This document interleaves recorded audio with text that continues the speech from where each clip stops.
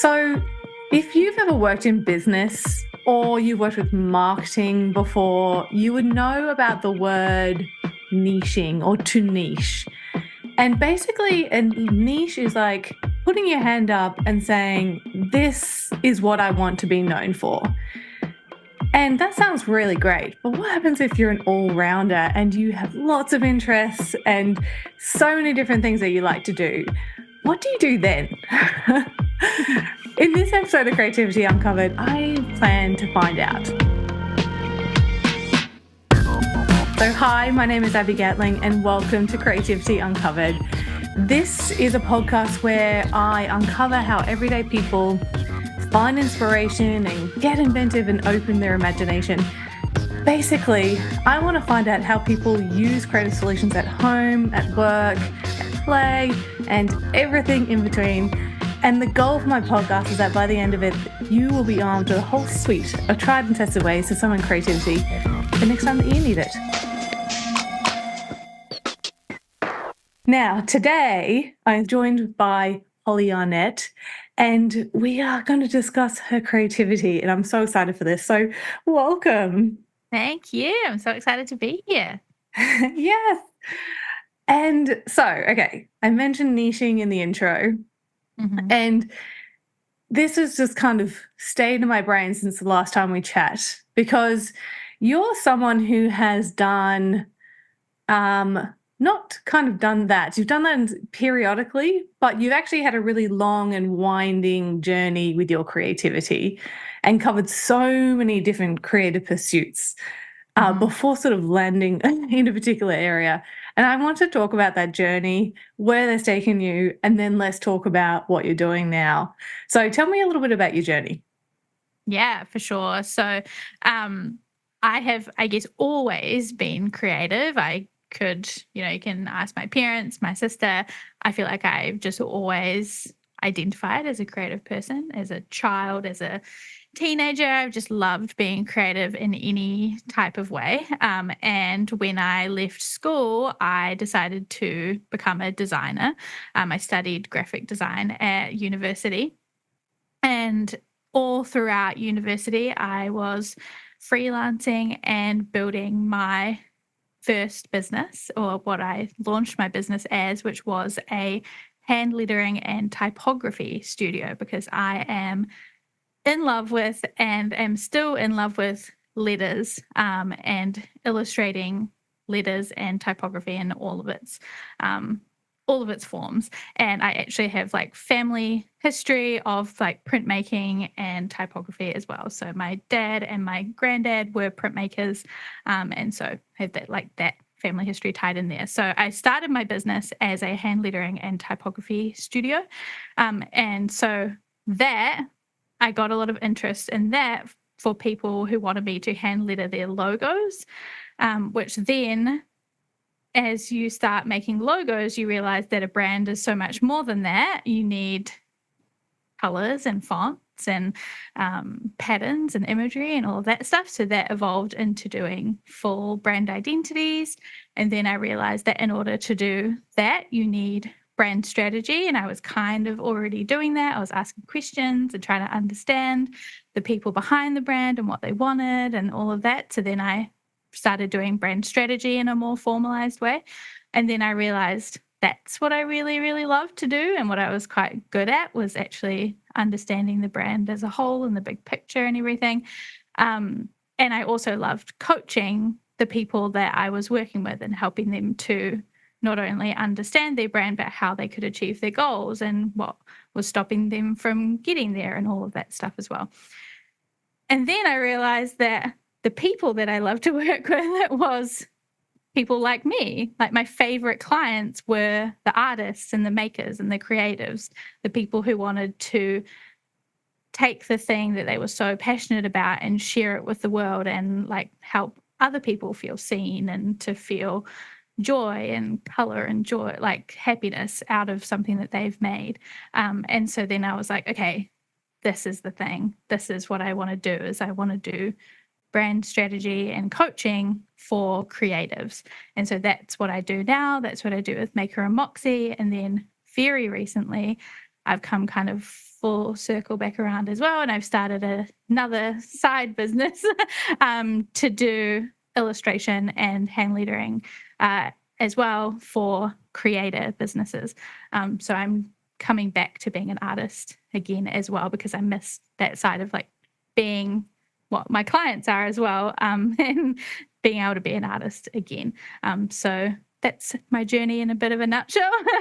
Is a lot of pivoting, but a lot of, changing my niche, and being able to establish myself again and again, and adjust slightly what I'm doing. But yeah, that's where I've come from and where I'm at now.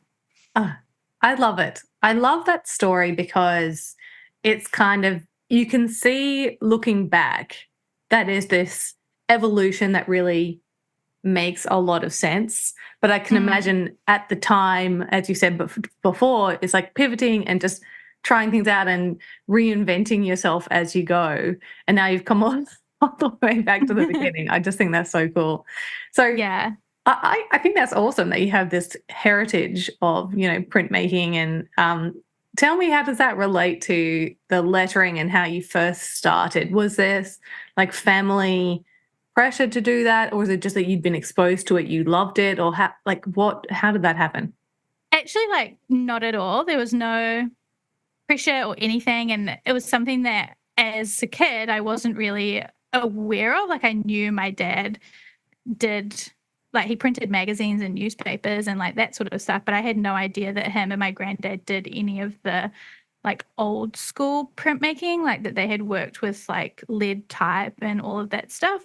But when I was in university and when I went to visit the university that I went to, I walked into the type room and I was like, oh my gosh, I love this. And this is where I need to be. They had these like massive printmaking machines and drawers and drawers full of different lead type. And I just was like, I need to be here. I need to get to play with this stuff. And when I went to that university and I started playing with it, and I, started talking to my dad about it, because he did a lot of art when he was in college, or in like the equivalent of high school in the UK. When I started talking to him about it, that's when I sort of started to realize that he had done that. He started talking to me about his history, and he gave me like his old keys that tighten the frames that you create when you put your lead type together. He has like really old keys that you use for that. So he gave those to me and was like, here, you can use them now.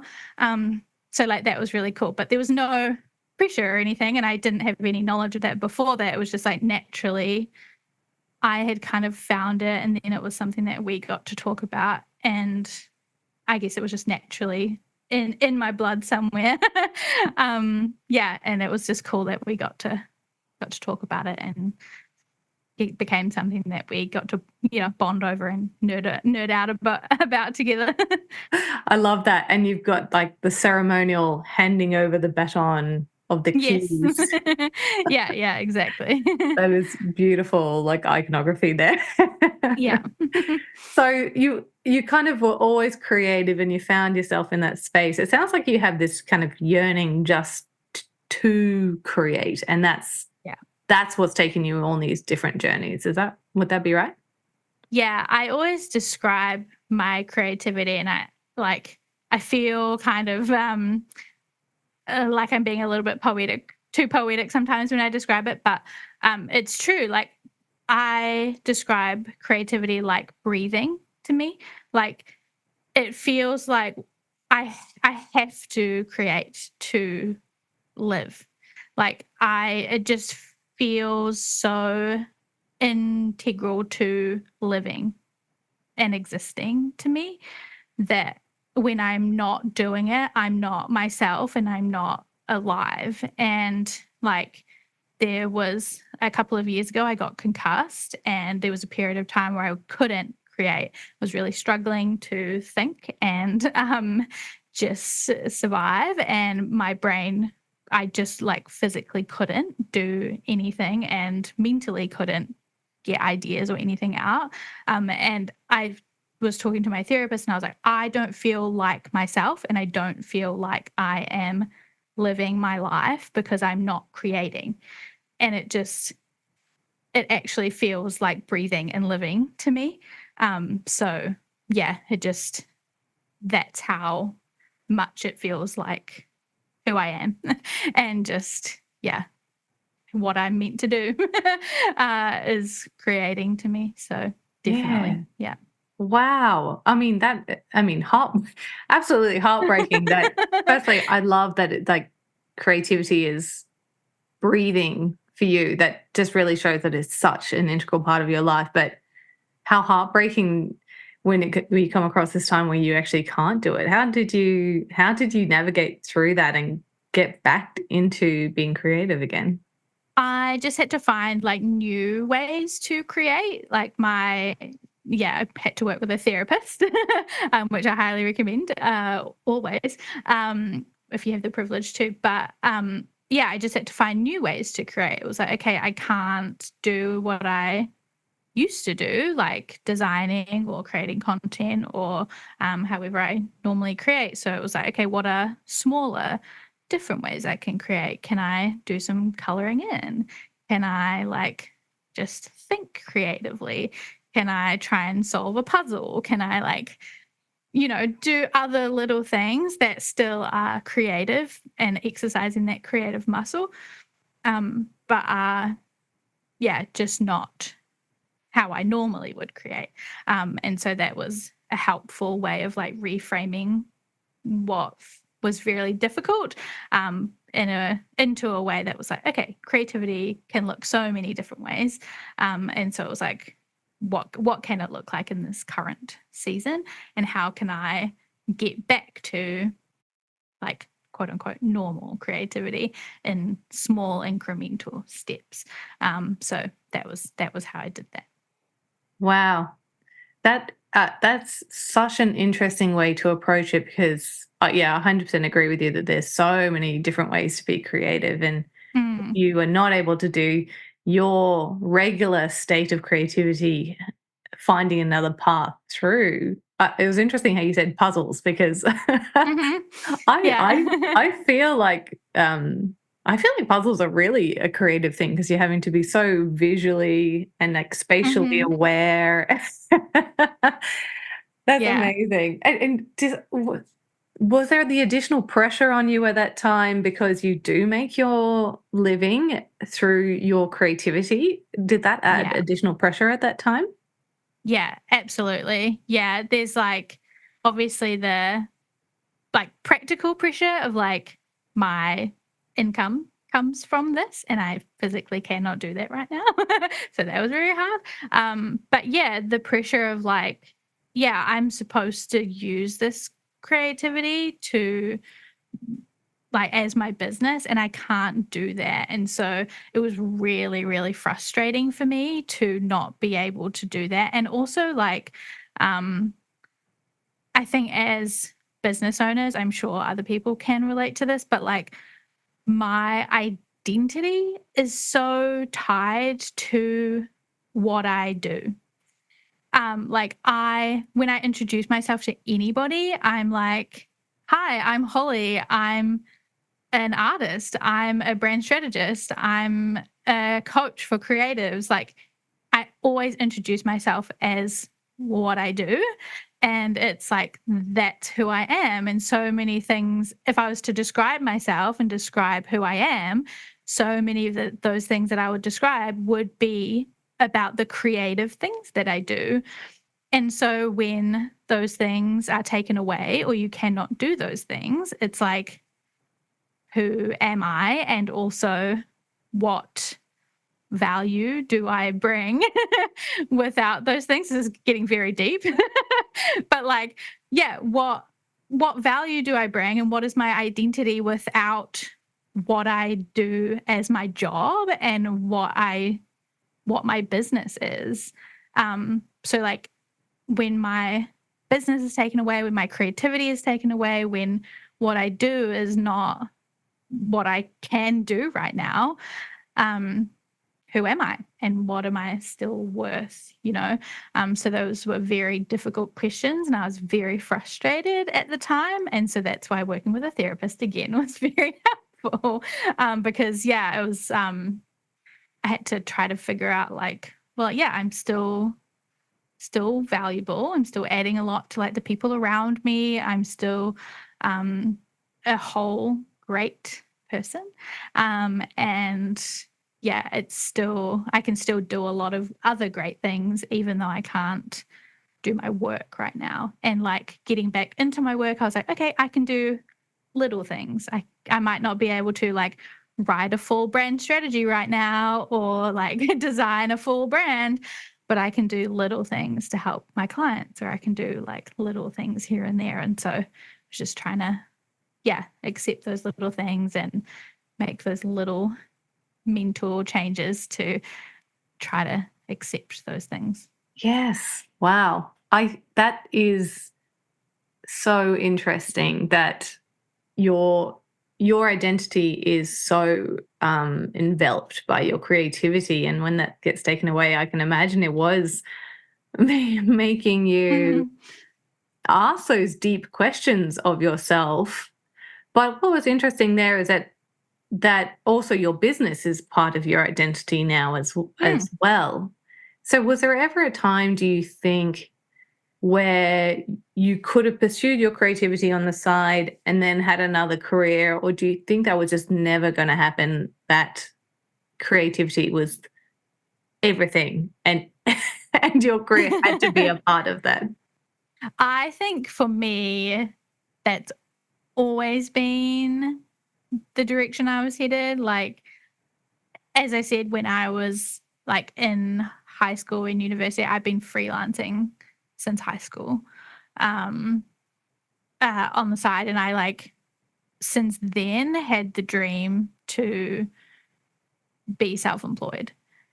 Just always wanted to have my own business. I wanted to work for myself. I am a huge introvert. Like, I love people. I love working with people. I love meeting new people. Like, I love people, but I re-energize by myself. And so working by myself was like, that's the goal. That's what I want for myself. And I have had, like, at the start of my career, I did work in other businesses. I've had that experience and it was great. I think it was really valuable.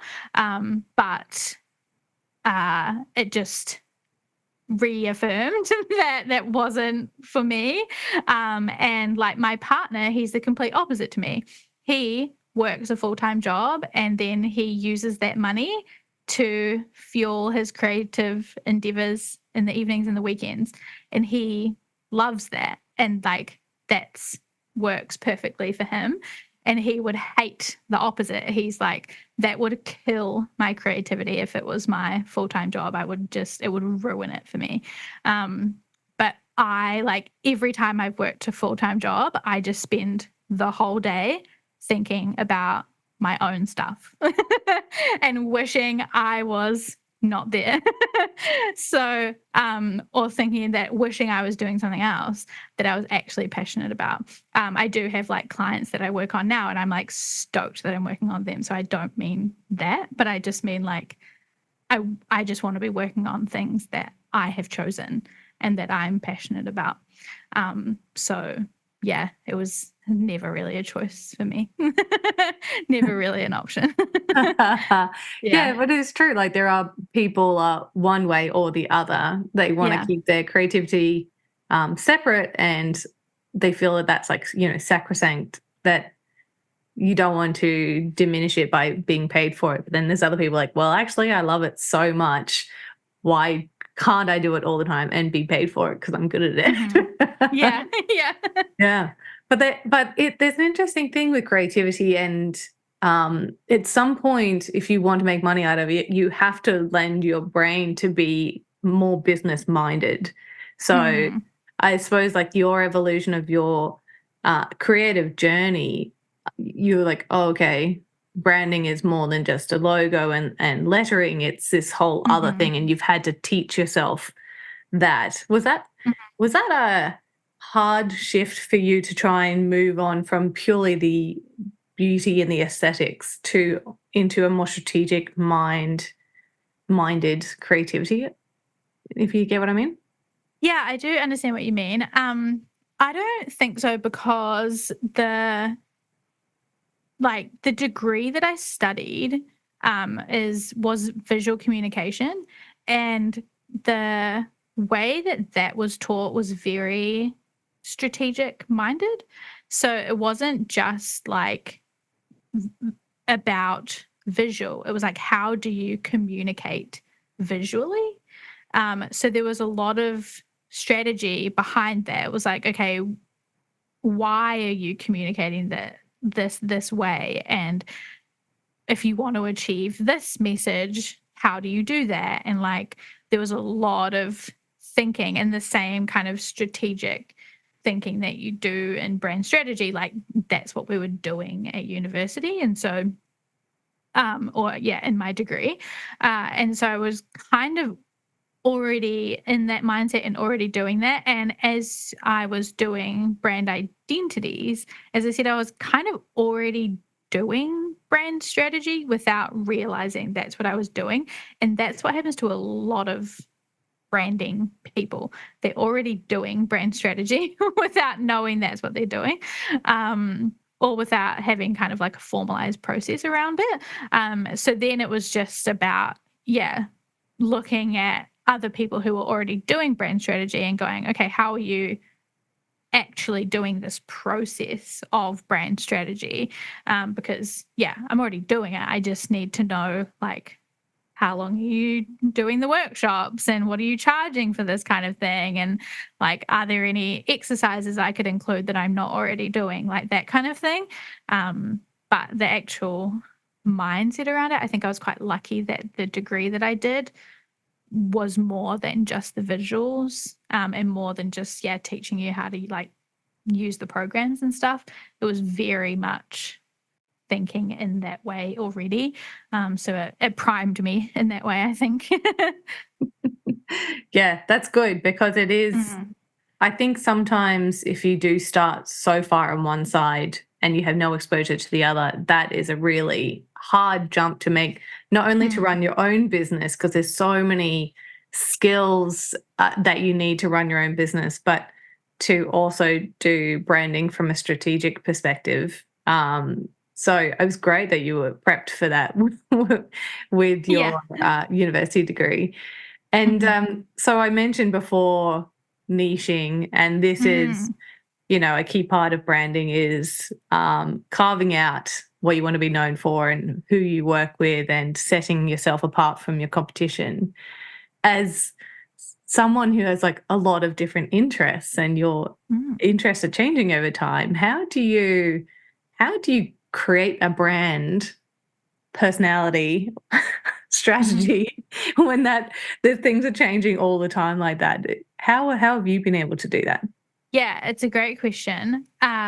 So like each time that I have pivoted, each of those different stages in my career so far, the key thing that I always ask myself is like, what do I want to be known for? Like, if I am going to be recommended, or, if I want people to refer me to somebody, or if I want people to be talking about me in a room, what do I want them to be telling their colleague or their friend? Because that's what I want, right? Is I want clients, or I want more customers, or I want, all of that sort of thing. So I need to be thinking about what I want that conversation to be. So that includes, what do I want them to tell them that I do, first of all? And what do I want them to tell them that experience is like? And what do I want them to tell them that will do for them? So, firstly, that should be pretty simple in terms of like, what do I do? So right now it's like brand strategy and coaching for creatives, right? For you, you might have a range of different things. Like, that's okay if you don't have a set niche. You can be kind of vague. You might be an artist. Like, that doesn't mean you have to limit yourself to like, I only do 3D art in Blender and only do characters in one style, you know, like you can just say I'm an artist or something. That's okay. Just you need to figure out, what do you do? The next thing is like, what is that experience like? What do you want people to tell other people what working with you or buying from you is like, or what the vibe is like? So with me, I think people are like, you know, she's bubbly, she's friendly, she's really helpful. I'm just I hope these are what people say about me. I think these are what Fingers crossed. people say. Yeah. You know, these are the kind of things that I hope people say about me, and that will attract people who are looking for somebody like me, right? There are other people who might be looking for somebody who's very serious, straightforward, not doesn't giggle, you know, and that's a different person who's not me. So I want to make sure that the people who want a giggly, fun, helpful, friendly coach will find me. And then lastly, I want to make sure that they know what this experience will do for them, right? So if you're selling products or whatever, it might be that it's going to light up your living room with a piece of art, or it's going to make you feel seen and heard. Or like for me, I want people to get like to grow their audience and to get more opportunities and more sales as artists and makers, right? And that's what working with me is going to get them. So these three things are like the key things. And if I can build a brand around that and make sure that everything I do is constantly repeating those messages. So I'm creating content that's talking about brand strategy and the fact that I do strategy and coaching, and that I'm always talking about branding over and over and over again.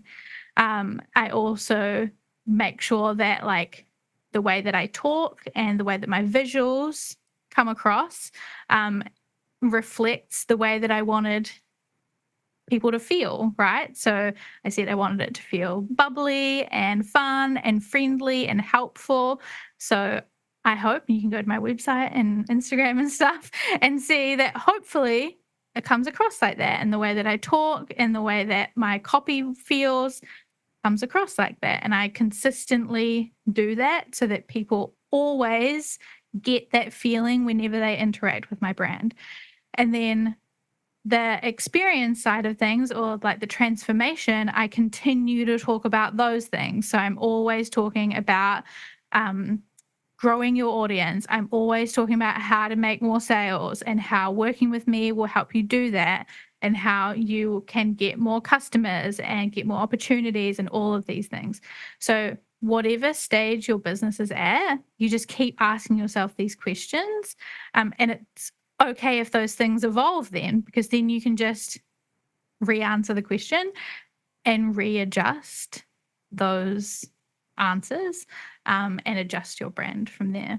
I might have gone a little bit off there. I don't know if I answered your question.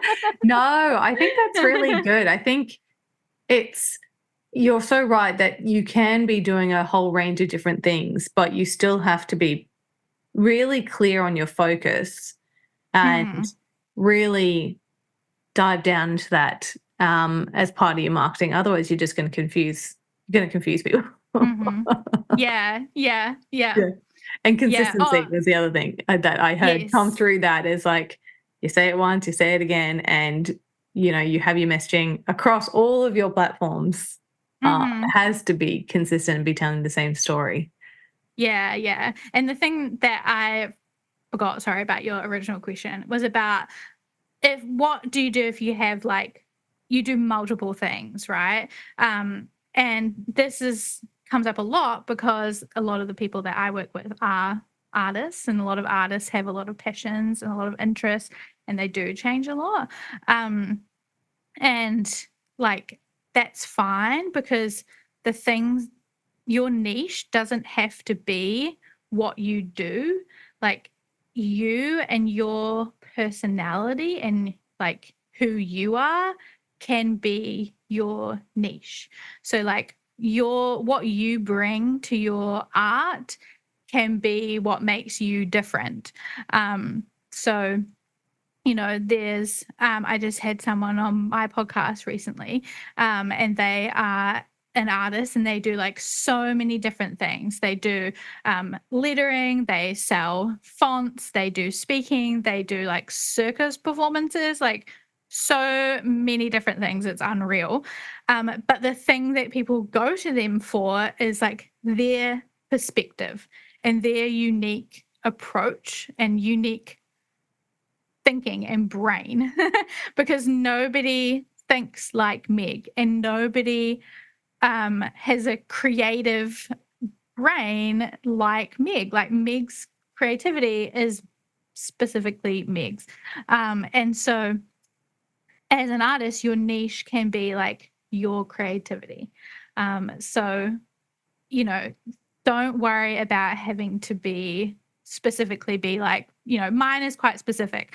I do brand strategy and coaching for creatives, and you can get quite specific like that. But you can also, like I said, be a bit more broad. Like I'm an artist, but you could be like, I'm an artist, but my unique niche is like the way I do things.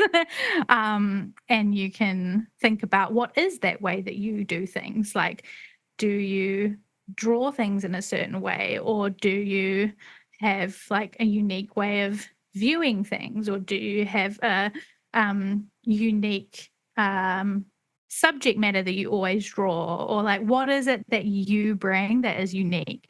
That's what can be your niche, rather than the actual thing that you do, and that can bring you a lot more flexibility so that you don't have to feel trapped into only doing one thing, and you can give yourself a lot more freedom so that you can change things over time, and you can try new mediums or try new formats in the future. So that's what I can recommend if you're feeling a little bit trapped by like, oh, I have to say I only do one thing, or I only serve one type of client, or I only have these certain customers, because that can feel kind of limiting.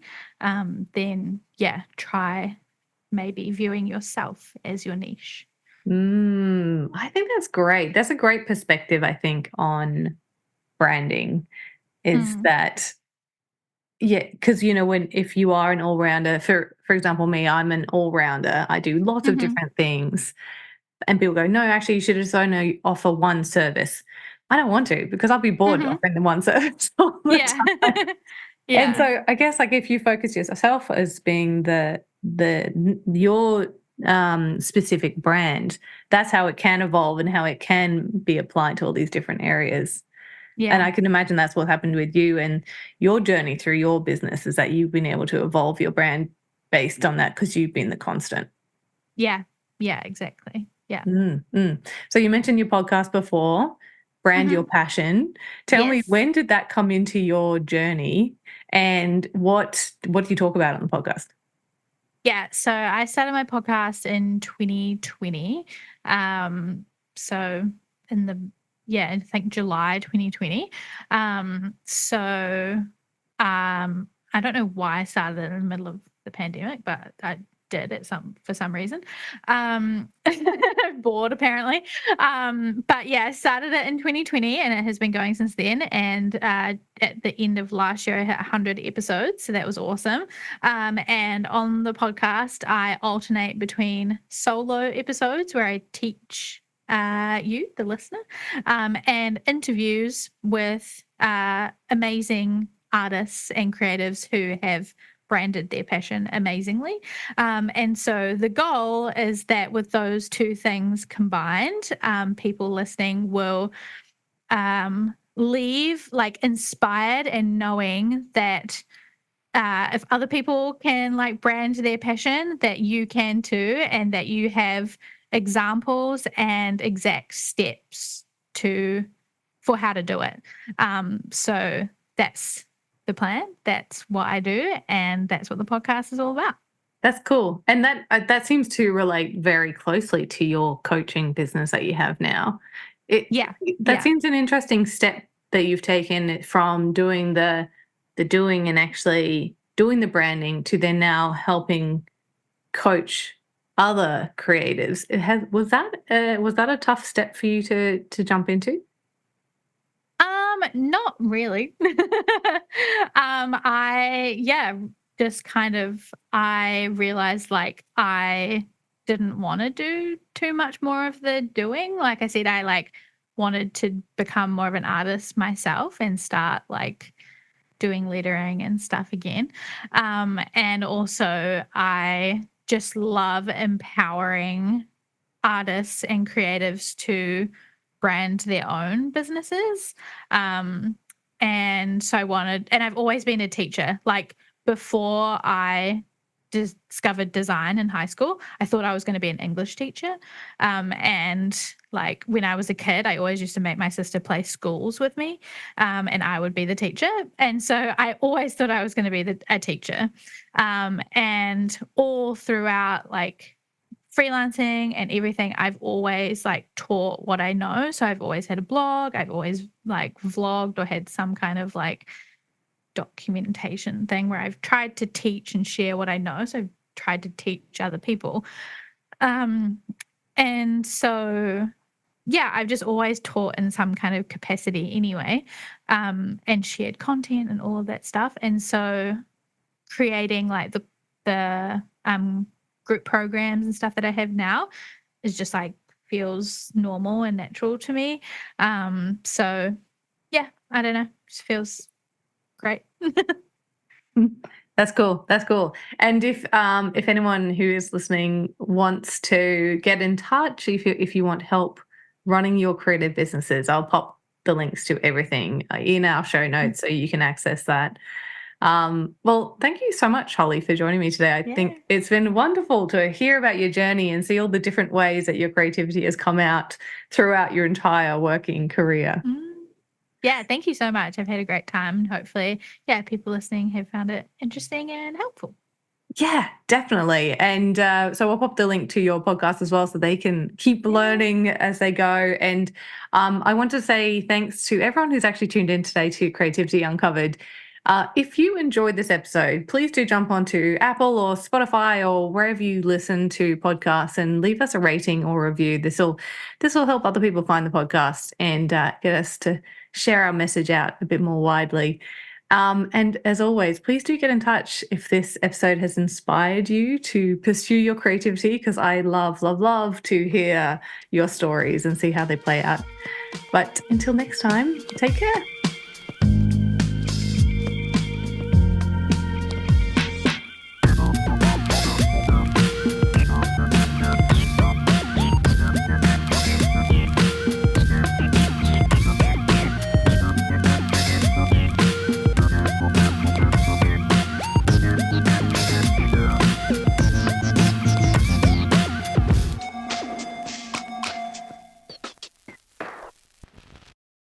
If you've made it this far, a huge thank you for your support and tuning into today's episode.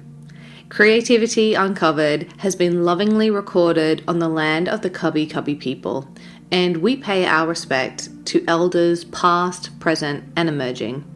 This podcast has been produced by my amazing team here at Crisp Communications, and the music you just heard was composed by James Gatling. If you liked this episode, please do share it around and help us on our mission to unlock more creativity in this world. You can also hit subscribe so you don't miss out on any new episode releases.